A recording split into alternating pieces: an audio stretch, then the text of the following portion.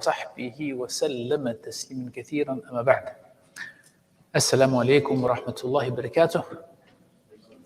Allah Ta'ala accept your fast, accept your ibadat in these beautiful, most wonderful 10 days of the year, and bless you to experience a sense of closeness to Him Azza wa Jal in a way that further motivates you to keep devout to Him Subhanahu wa Ta'ala, and in a way that further strengthens for you your Islamic identity. Allahumma ameen. So tonight, inshallah ta'ala, we begin focusing on Ad-Dajjal. So mind you, we have about 6 or so sessions altogether, because we conclude at the end of July, and there's 10 signs altogether. And Ad-Dajjal is perhaps the one that has the most information of all, and we're going to do our best, inshallah ta'ala, to cover as much as we can, but not rush through it. So we do ask that those of you who are inshallah ta'ala taking this class and are going to be studying for it in a way that you're going to be tested and come away with some type of certificate or whatever else it is that's being provided for you, that you're taking notes, that you're paying attention, and that inshallah ta'ala, more than anything, that you're utilizing this as an act of worship. Because we remember what the Prophet ﷺ taught us with regards to those who are seeking Islamic knowledge. When he said ﷺ, مَنْ سَلَكَ طَرِيقًا يَلْتَمِسُ فِيهِ عِلْمًا, whoever seeks a path or treads a path seeking knowledge, and especially when we're talking about Islamic knowledge, سَهَّلَ اللَّهُ لَهُ بِهِ طَرِيقًا إِلَى الْجَنَّةِ. Because of that, Allah will make their path to paradise easy for them. Right? So this is an act of worship, and inshallah ta'ala, you take it to heart so that Allah Rabbul Alameen makes easy for you your path to paradise. Allahumma ameen. So when we're talking about, yes. No, I don't have a problem with you taking notes on phones. You can use your phones to swipe and take notes or anything else of that sort. Your laptops, your iPads, whatever else it is of, whatever you choose, no problem, right? Whatever it is that you're doing, inshallah, we're going to trust that you guys are responsible, that you're mature, and you're doing the right thing, inshallah ta'ala. But those of you that are just staring at me, you're not taking notes, you're not doing anything, you're just looking at my handsome beard or hair, I have no idea what you're going to get out of this, but you're probably not going to remember much. But Allah ta'ala help you anyway, inshallah ta'ala. And if I'm somehow mesmerizing you, then just, let's snap out of it, inshallah ta'ala, and get busy studying. Like, Ad-Dajjal, just so we know. This being of the Dajjal, over 30 Sahaba Ridwanullahi ta'ala alayhim have narrated from the Prophet sallallahu alayhi wasallam teachings about him. So what we can safely say is that narrations about Al-Masih Ad-Dajjal are mutawatir. The level of authenticity of the Sunnah is mutawatir, which is the highest level of authenticity, meaning that at each level, beginning with the Sahaba, then the Tabi'un, then up until the time of the scholars of hadith that have collected the hadith, there are that many people that are narrating that there's no doubt that could ever be possible in anyone's mind about what's being narrated, what's being told to us. So over 30. One of the more contemporary scholars, a scholar of hadith, Imam Muhammad Nasiruddin al-Albani, has collected the different narrations, and what he has done is that he has basically compiled them in the form of what we would consider today, almost like in the form of storytelling. So instead of it being broken up versions, what he's done is he has collected them in a way that gives us as comprehensive as possible and as flowing and coherent as possible what we have that is being conveyed about it. Yes. You say so multiple hadiths from 30 Sahabi, that's from 30 from the Sahaba, or 30 Sahaba giving hadith? 30, more than 30 Sahaba, which means that there are more than 30 hadith. Yes, a lot more than 30 hadith. That's just the quantity of Sahaba Ridwanullahi alayhim. So, to begin is this hadith that Abu Umamah al-Bahili radiyallahu ta'ala anhu, that he narrates to us, saying that Rasulullah sallallahu alayhi wasallam said, Ya ayyuhan nas. Allah's messenger said, addressing the people, O people, إنها لم تكن فتنة على وجه الأرض منذ ذرأ الله ذرية آدم أعظم من فتنة الدجال. He's saying to them, O people, there has not been a calamity upon the face of the earth since the time that Allah created Adam's children upon it, greater than the calamity of the Dajjal. So we're not talking in this case, meteors that are coming from out of space that, ended the era of the dinosaurs or things of that sort. We're talking about in the sense of what there is of human beings, wars, tribulations, that are going to be at a global level, that are going to test people at the core of their faith. Allah's Messenger ﷺ is making it clear, from the time of Adam ﷺ until the end, the greatest fitna is ad-Dajjal. And we'll come to see as we enter into this a bit more deeply. He continues to say, وَإِنَّ اللَّهَ عَزَّ وَجَلَّ لَمْ يَبْعَثْ نَبِيًّا إِلَّا حَذَّرَ أُمَّتَهُ الدَّجَّالِ. And that Allah has never sent a prophet except that prophet warned their people about the Dajjal. So what do you understand from that?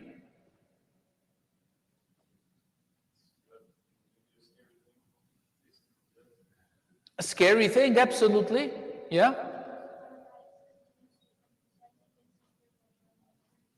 Allah Azza wa Jalla is continuously emphasizing it, especially considering there was over 100,000 prophets. And nobody knew when it was coming, when he was coming. Right? He says, وَأَنَا آخِرُ الْأَنْبِيَاءِ. And I am the last prophet. وَأَنْتُمْ آخِرُ الْأُمَمِ. And you are the last nation. وَهُوَ خَارِجٌ فِيكُمْ لَا مَحَالَةٍ. And he is going to come out in your time, no doubt about it. This hadith is in Sahih al-Jami'. Messenger alayhi salatu wasallam continued to say, فَإِن يَخْرُجْ وَأَنَا بَيْنَ ظَهْرَانَيْكُمْ فَأَنَا حَجِيجٌ لِكُلِّ مُسْلِمٍ. If he comes while I am present among you, I will contend with him. وَإِن يَخْرُجْ مِن بَعْدِي فَكُلُّ امْرِئٍ حَجِيجُ نَفْسِهِ. Says, but if he comes after me, then every person is going to have to contend for themselves. وَاللَّهُ خَلِيفَتِي عَلَى كُلِّ مُسْلِمٍ. And Allah is the one that always remains and will be there. After I am gone, Allah will be there for every Muslim. What do you think about that part? What do you understand from that? Especially that last section, yes.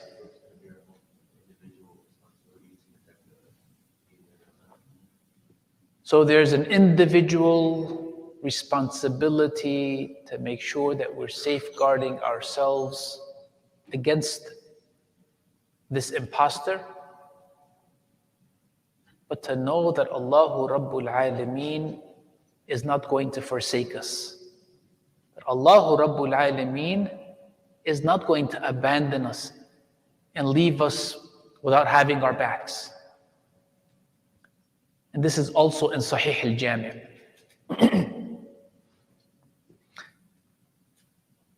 In this next point, and this hadith is collected by Imam Ahmad, and it is Sahih.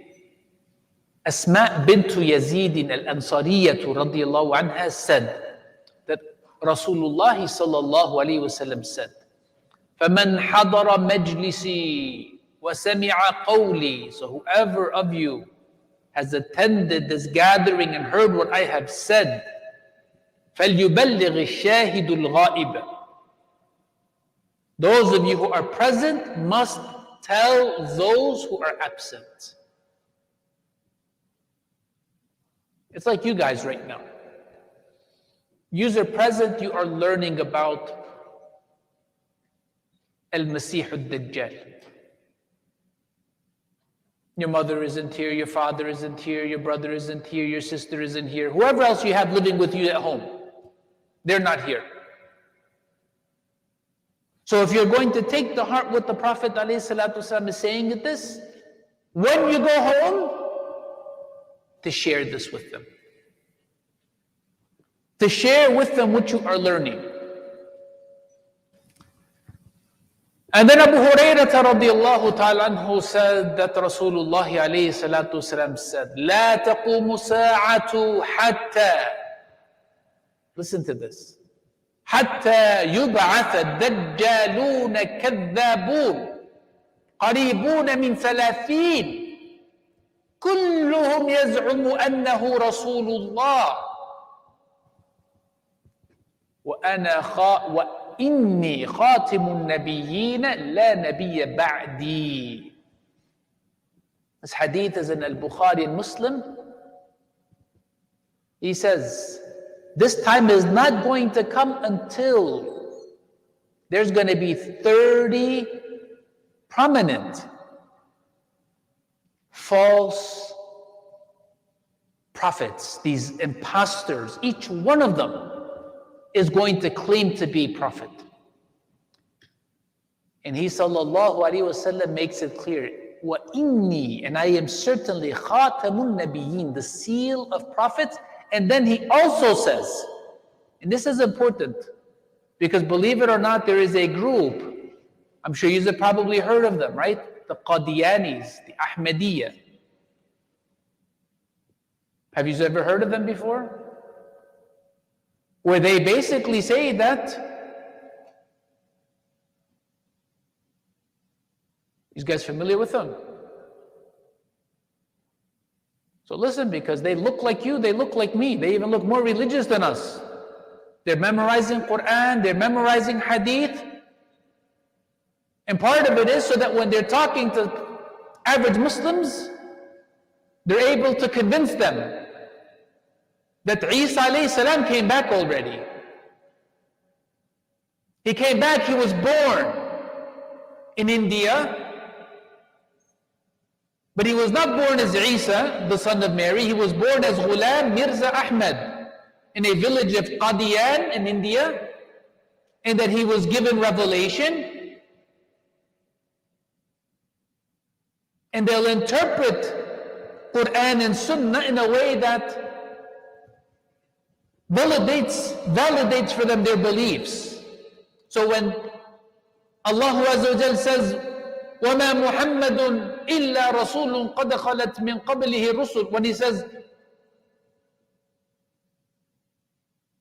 وَمَا مُحَمَّدٌ آبَاءَ أَحَدٍ مِّن رِجَالِكُمْ وَلَكِنْ رَسُولُ اللَّهِ وَخَاتَمَ النَّبِيِّينَ, that Muhammad is not the father of any of your men, but he is Allah's messenger. And Khatam al-Nabiyyin, they translate Khatam to be like the Khatam, the ring. And they say, oh, that's for beautification. But this hadith is saying, he sallallahu alayhi wasallam is saying in this hadith that is collected, and I am certainly khatam an-nabiyyin la nabiyya ba'di. There is no prophet after me, which means there's no revelation after him. So even when Isa alayhi salatu wasallam, as we're going to come to see, when he comes, he's not going to be bringing the Bible back again and saying, go here, or anything new of religion or scripture or anything else of that sort. This is important. You guys got to understand, if you're not going to learn the fundamentals and the basics, there are so many different variations of people's understandings of Islam and versions of Islam. And believe it or not, they look more religious than I and you. They wear the clothing, they have the talk, mashallah, hufad, and who knows what, etc. That's very talented of you. And they can trick you. So the Prophet ﷺ is making it clear, over 30 of them. And you better believe that the greatest and the biggest of them all is this one. Al-Masih al-Dajjal, the biggest imposter. Yes.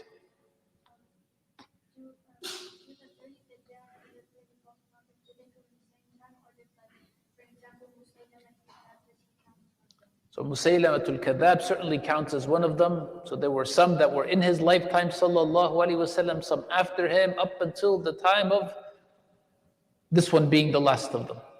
And Allah Azza wa Jalla knows best. Yeah. Maybe I thought the judge claimed that he was God, not a prophet. So we'll come to see that among the things that he does is that it's gradual. That it's gradual. He comes in the form of being a righteous person who then is considered to be this sage and saintly person who then claims to be a prophet, who then claims to be God himself.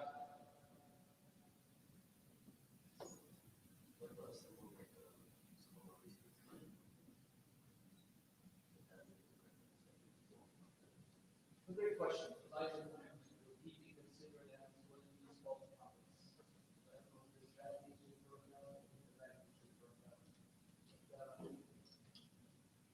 So, from what I understand is that initially, that may have been the case that he himself may have thought of himself as being a prophet, or that others may have used that term prophet for him. Now, the word prophet, even in the sense of how it's understood for us as Muslims, as opposed to the way that it may be used within Christianity, there may be some differences and variations. But from what I do understand, and Allah knows best, is that he rejected that claim before he died. That he himself rejected being a prophet and things of that sort, and especially, anything of divinity in that sense. So the nation of Islam came a long way from where they were when they first started, up until the last point, just before he died, and his son basically took it over. To the best of my knowledge, he died, and he's under the mercy of Allah. And we ask him to hope that Allah forgives him for his mistakes and for his sins, and that ultimately he and everyone else of us that Allah accepts. So let's look at these words, because we hear the word Masih, we hear the word Dajjal, and we want to better understand what each of these words means linguistically. So, Masih comes from the three root letters in the Arabic of Mim, Sin, Ha. And linguistically, it means Masah, which means to wipe. To wipe, right? And with regards to, we'll come to see many of the different things, but with regards to the word Dajjal, the three root letters are Dal, Jim, Lam. And at its root, it's referring to a tawfiyah to a satr, or a hibb, which means the sense of covering, hiding, which could also mean lying, covering up, lying. So, looking at his name or this nickname that he has, why is he called Al-Masih al-Dajjal? There are several things that have been said with regards to, by our scholars with regards to this. One is we are told that سُمِيَ بِهِ لأنه يسير في الأرض كي يطوفها ويدخل جميع بلدانها إلى مكة والمدينة وبيت المقدس. It's called Al-Masih al-Dajjal, Al-Masih specifically, because he is going to be traveling. So this aspect of wiping is as though in his travels he is wiping over the earth. He is going to enter everywhere except for 3 areas, 3 cities, 3 places that he is not going to be allowed to enter.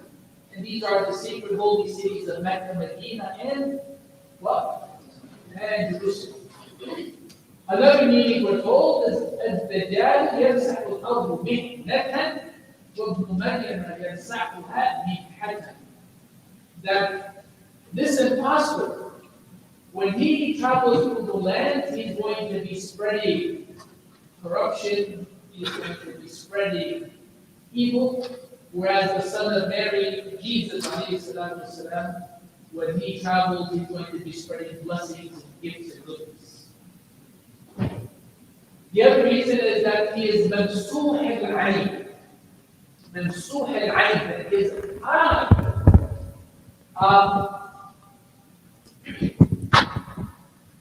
Thank you.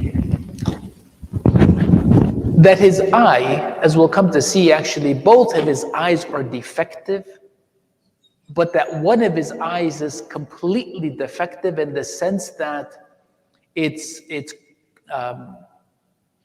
sealed closed. And we'll come to that point when we get to that description, inshallah ta'ala, better explaining it in detail and dispelling some of the myths that are out there. Another is because he is Masihud Dalala.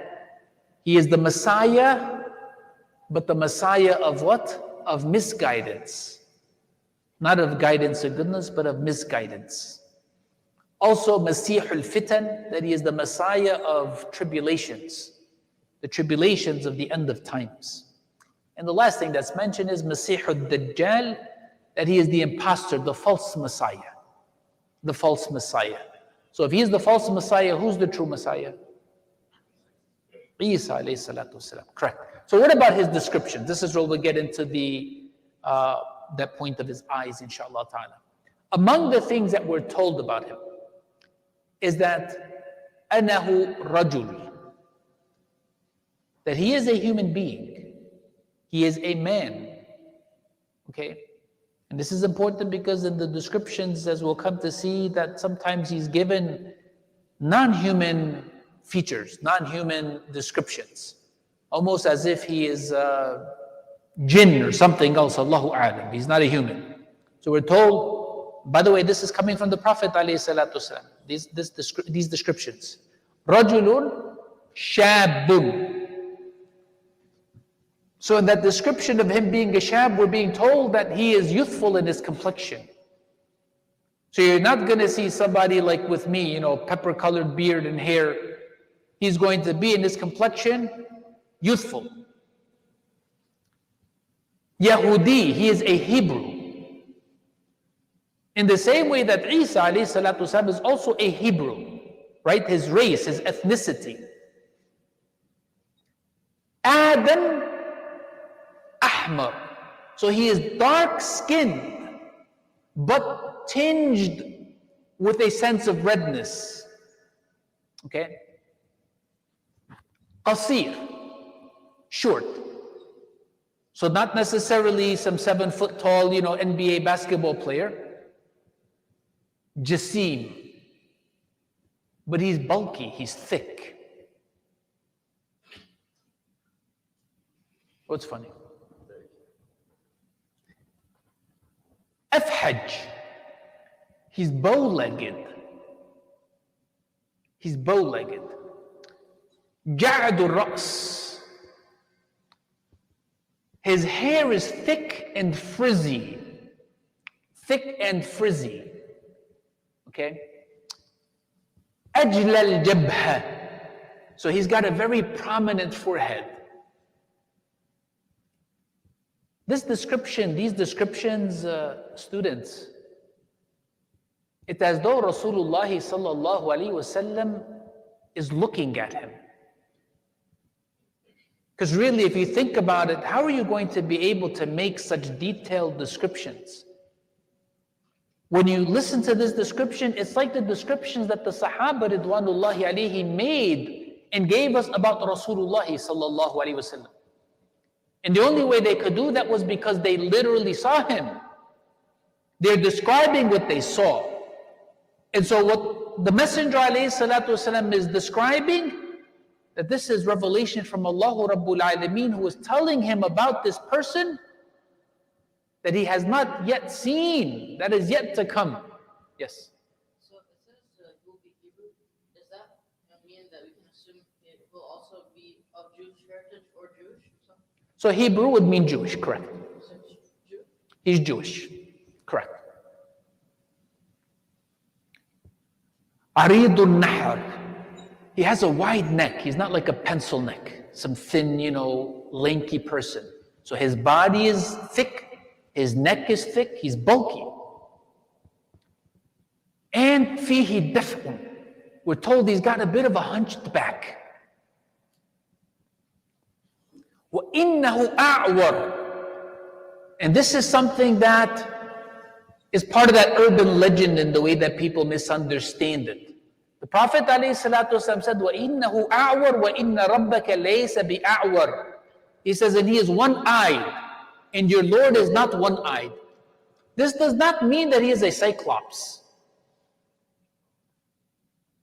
So let's understand this. It does not mean he is a cyclops, because I'm sure you've probably, if you haven't, maybe you have, maybe received something of that, text or that email or something where somebody sends something of this picture of a cyclops baby and they say, the Dajjal is born.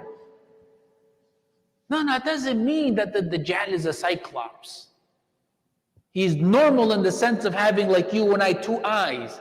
But the problem is that he has a defect in his physical features.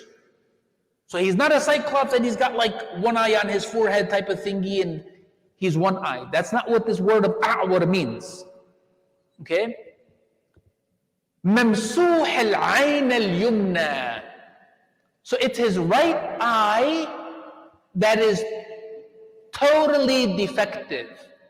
The way that the Prophet ﷺ is describing it, he says that his right eye is completely shut closed. So his eyelid, he can't open it. His eyelid is basically sealed. And he describes it saying, كَأَنَّهَا عِنَبَةٌ طَافِئَةٌ أَوْ طَافِيَةٌ. As though his eye is like a grape that is like bulging in it. So his eyelid is sealed and he's got like a bulging grape that's in his eye. وَعَيْنُهُ الْيُسْرَى عَلَيْهَا ظُفْرَةٌ غَلِيظَةٌ. His left eye, he can see from it, but his eyelid is very thick. So it's as though it's swollen.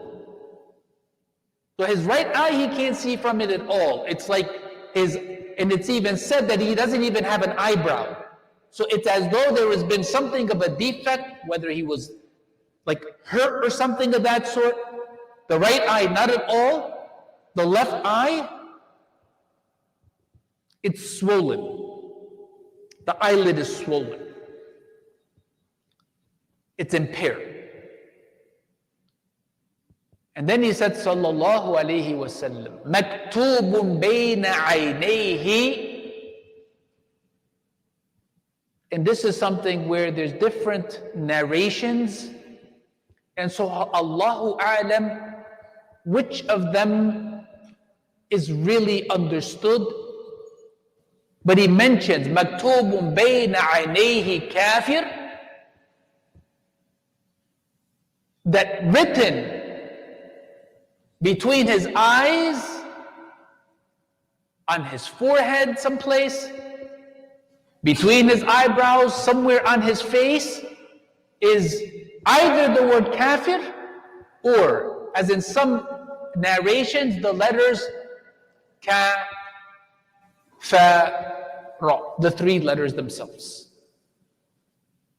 And is it true that only the actual believers will be able to recognize that from his word?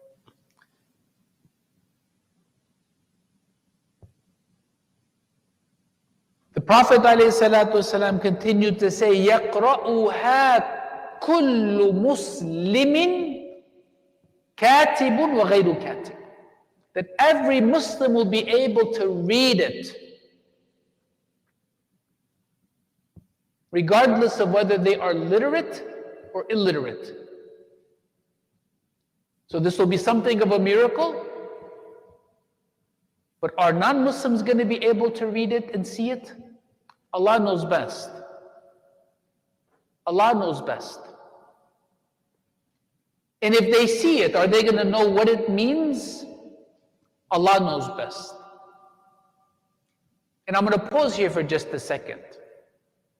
I had seen a man once, and he had a tattoo. And on his arm, he had tattooed, because you know how folks nowadays, tattoos are like stylish, right? They're like fashion statements. And they'll have something in Chinese and Japanese and in different languages because it looks cool. And this Caucasian guy had something in Arabic. And I did like the double take because I looked at it at first and I thought I saw something. And I looked again, I was right, it read kafir. So I said to him, I said, pardon me. I said, if you don't mind me asking. I said, I noticed you have the tattoo in Arabic. Are you aware of what that says? He says, yeah. He says, it means it's kafir. I said, that's interesting. You know, if you don't mind me asking, why would you have that? He says, well, I was in the military. And while I was doing my tour and he mentioned the country, he goes, the people there, that's how they would refer to me. They just called me kafir, kafir, kafir.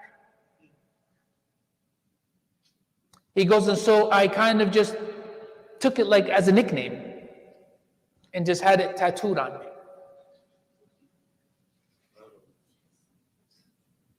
So we may be laughing at that and think like, you know, that's strange or funny or who knows what. Allahu a'lam what the circumstances of certain people are. Right?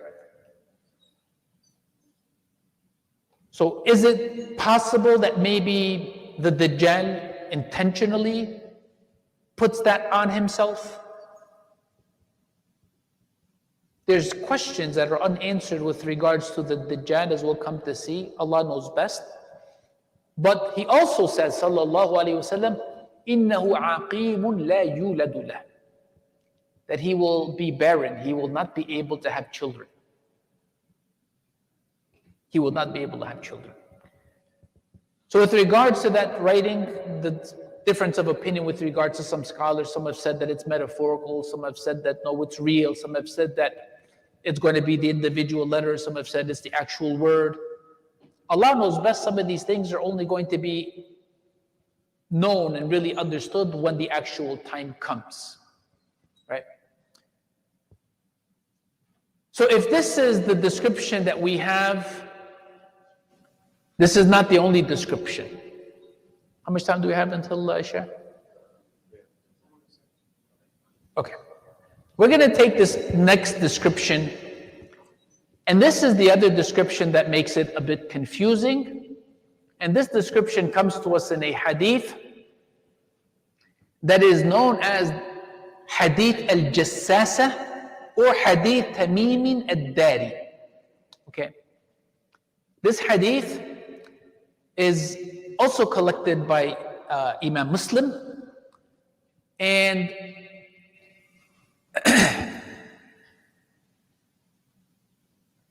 I'll read to you in English, inshallah ta'ala, because it's a very long hadith. I'll read to you the translation. Imam Muslim basically tells us that Amr bin Sharahbil al-Sha'bi reported that he asked Fatima, the daughter of Qais, as she was amongst the first women who emigrated, made the hijrah.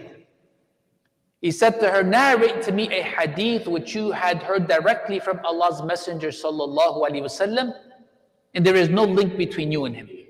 Meaning there's no other Sahaba, there's no other person. You heard this directly from Rasulullah sallallahu alaihi wasallam. And she said, very well, I will do so. She said, when Allah's Messenger sallallahu alaihi wasallam had finished his salah, he sat on the pulpit smiling and said, every worshipper should keep seated in their places. Okay, this is the Messenger alayhi salatu wasallam speaking. Fatima bint Qais is narrating this hadith.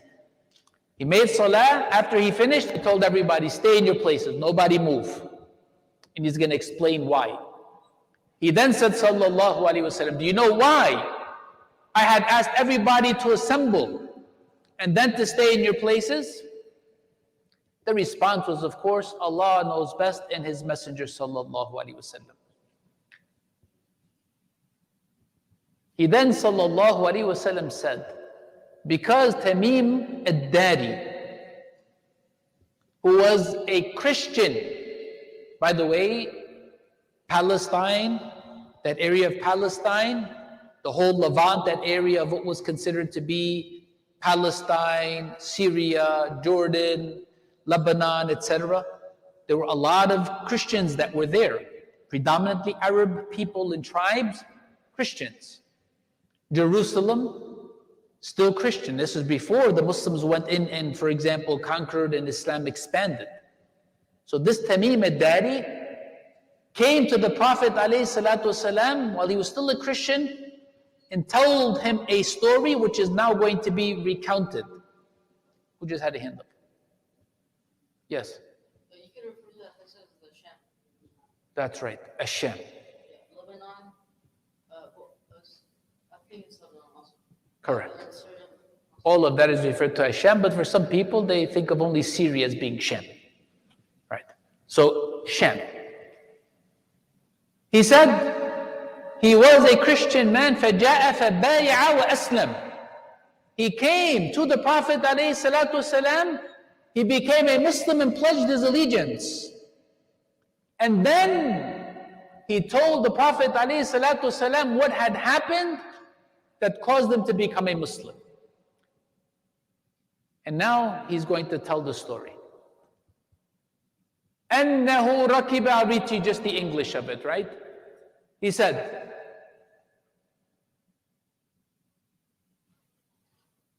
he told me that he had sailed in a ship along with 13 men from Bani Lakhan and Bani Judham. So Tamim ad-Dari gets on his ship, and this was normal for him. They were business folks, they were traders. 30 of his men on this ship from these two families, and they go out. And they were tossed by the waves in the sea for a month. So they're out in the ocean, somewhere in the sea, they get lost for a whole month. When the sea finally settled, they were near an island. And at the time of sunset, they sat in a dinghy, which is this small little boat, and they entered that island. So at about Maghrib time, when things finally settle and they see that they've come close to an island, you can imagine, right, how happy they were. They finally can see land. They get on off the big boat by getting on the small little boat, and they get onto the island. What happens? When they get there, there was a large beast with long, thick hair. They could not distinguish this beast, what was the front side from the back side. If any of you have ever watched the Addams Family, it's like Cousin It, right? You can't tell what's what. Allahu A'lam. But so hairy that you can't distinguish anything from it. And they said, seeing this thing, oh my God, like, what are you? And it spoke. Now these are Arabs. And they're speaking to this thing in Arabic, and it's talking back to them in Arabic. I'm translating this into English. And it says, أنا الجساسة. That's the response it gives, الجساسة. Now this word in the Arabic, jassasa, is the same as the word jassus, which means a spy. Right? So that which kind of basically seeks surveillance, it surveils information. So the informant, in a sense. And it said, they asked, what is al-jassasa? And it said, forget about that for now. But there's a person in the monastery who is very eager to meet you and ask you questions. So hurry up. And they said, we were so afraid of this thing, we thought it was like some devil. That when we heard there's a person, we were eager to go see that person just so we could be away from this beast. And so, they get to the monastery. But when they got to the monastery, they said, we found the biggest built person we had ever seen. And this person was restrained in the most heavily, severely restrained system we had ever seen. His hands were tied to his neck. How was that done? Like this. Somehow the hands were shackled and tied to the neck so that he could not move his hands. The legs were also shackled. Between the legs to other things, the knees, the whole person's body was basically restrained with irons and chains in a way that if you can imagine, you would be like shocked. And they were shocked. And when they saw this, they were like, whoa, like, who are you and what are you? And the response from this person was, you'll know about me shortly. But first, tell me who you are. So this huge person that's fully tied up with iron, with steel, is now going to ask them some questions. And we're going to get back to this person. But when we took the first set of descriptions, we're told he's a human, he's short, thick. Now we're being told that this is a person who is huge. That these 30 men who had gotten aboard this island, they had never seen somebody that was as massive and as mighty looking as this person. So it's almost like, pardon me for saying it, but maybe to give more of a culturally appropriate example, it's like Dr. Banner Hulk, right? You look at Dr. Banner as the first person, your average human being, and then all of a sudden you got Hulk that's fully restrained and shackled and chained, and you're like, whoa. This is kind of like that example that's being given to us. On one side, this regular human description, but in this other account, this Hulk type of a description. How do we make sense of it? Allah knows best. Allah knows best. And we have about 4 minutes left. We won't go any further. We'll open up the rest of the time for questions, inshallah ta'ala. But we'll confirm whether we have class next Thursday or not, considering that next Wednesday is going to be Eid, right? From what I'm told, we're most likely not going to have class, but we'll confirm. Inshallah ta'ala, we'll continue with them. Yes, what do we have of questions? Go ahead, inshallah. Raise your hands, and sisters in the back too. Raise your hands and we'll address any questions in the meantime. Go ahead.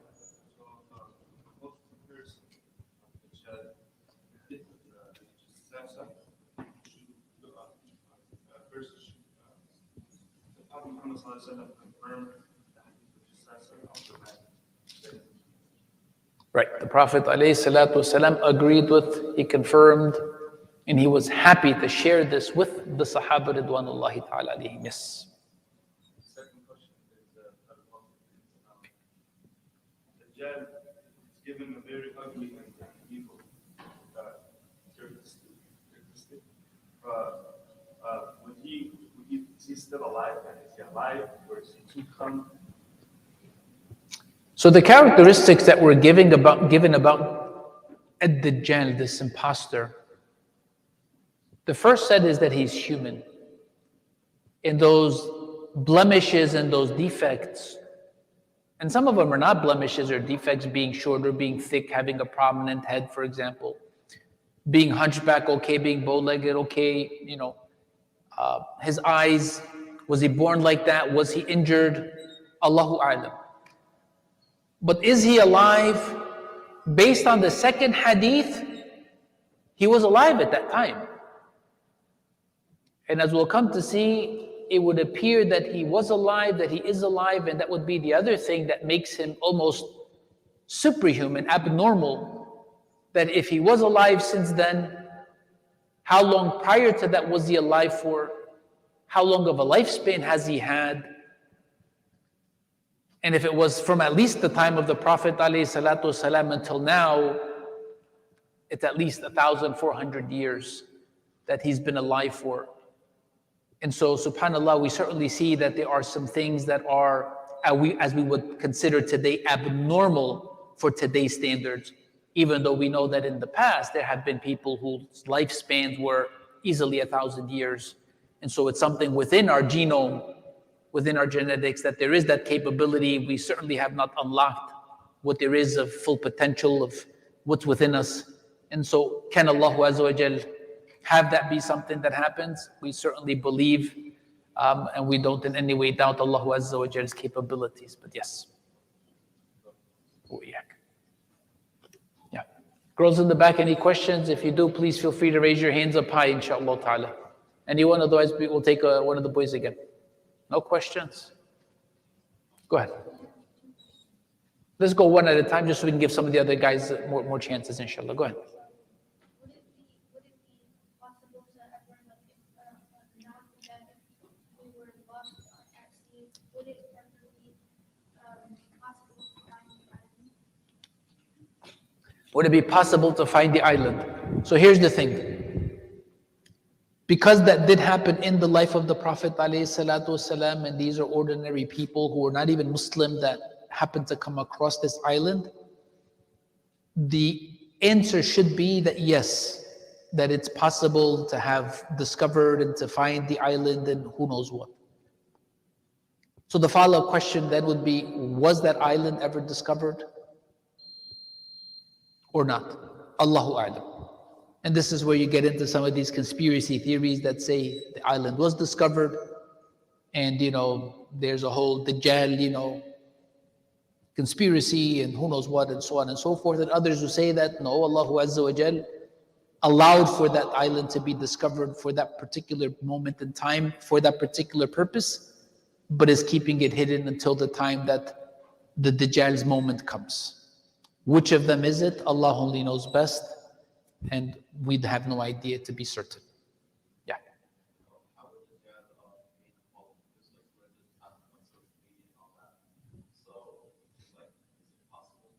So we're going to talk more about that, inshallah ta'ala, as we proceed, inshallah. So when that time comes, you'll be able to better understand. Bi'idhnillah. Yes. Girls, once again, feel free. If you still have anything of questions, raise your hands. Otherwise, yes. Speak up, please. Al-Jassasa. Who is Al-Jassasa? We'll talk about that because that's most likely, and Allah knows best, something of what's mentioned about Ad-Dabba, one of the main signs that was also mentioned of that beast. And Allah knows best. Yeah. Yes. What did the 30 people do after they found the Did they leave? I suppose they did, but how long did it take for them to get back to Jerusalem from wherever they were? So great question. How long did it take for them to get back to Jerusalem from wherever that island was? We don't have anything that specifically tells us. But what we do know is that Tamim, who was among the main people on that boat, he actually went to Medina, went to the Prophet ﷺ, became Muslim, pledged his allegiance and stayed true from that point on. Yeah. We don't know, subhanAllah, to the best of my knowledge, how many others from that boat, whether all of them or, what happened as far as, the quantity of the rest of them. Did some of them die? Did the rest of them die? And it was only Tamim that was allowed to live and leave the island. We don't have anything of those details, subhanAllah, to the best of my knowledge. Allah knows best. But Tamim is the one who comes back and narrates. Yes. We have, khalas, Isha time came in, inshallah. And with that we conclude. Wa sallallahu wa sallam wa barak ala nabiyyina Muhammad.